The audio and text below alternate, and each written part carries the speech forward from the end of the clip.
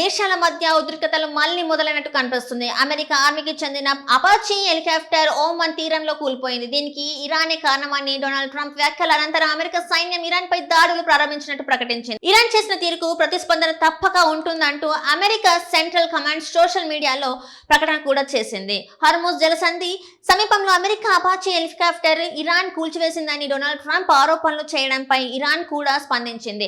తమకు కూడా హార్ముజ్ సమీపంలో ద్వీపంలో పేలుల శబ్దాలు వినిపించినట్టు ఇరాన్ ప్రభుత్వం మీడియా కూడా అధికారికంగా వెల్లడించింది. ఇరాన్ భూభాగానికి సమీపంలో ఉన్న విదేశీ సైనిక బలగాలు ఎప్పుడు ప్రమాదంలోనే ఉంటాయంటూ ఇరాన్ విదేశాంగ శాఖ మంత్రి సయ్యద్ అబ్బాస్ అగిచి హెచ్చరించారు. హార్ముజ్ జలసంధి అమెరికాకు వేల మైళ్ళ దూరంలో ఉంది. హార్ముజ్ మా భూభాగంలో ఉంది. మరి మా భూభాగానికి సమీపంలో ఉన్న విదేశీ బలగాలపై కాల్పులు జరిగే అవకాశాలు ఉంటాయా?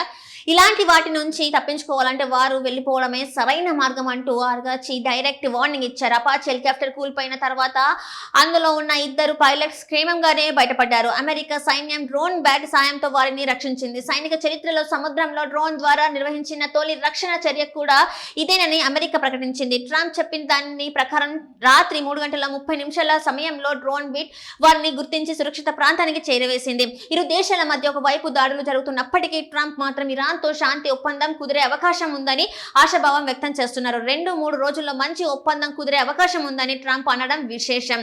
అమెరికా ఇరాన్ మధ్య ఒప్పందం కుదరాలంటే ఇరాన్ తమ యురేనియం నిల్వలను వదులుకోవాలని అమెరికా కోరుతుండగా తమ దేశంపై ఆర్థిక ఆంక్షలు ఎత్తివేయడంతో పాటు ఆస్తులను కూడా విడుదల చేయాలని ఇరాన్ డిమాండ్ చేస్తుంది.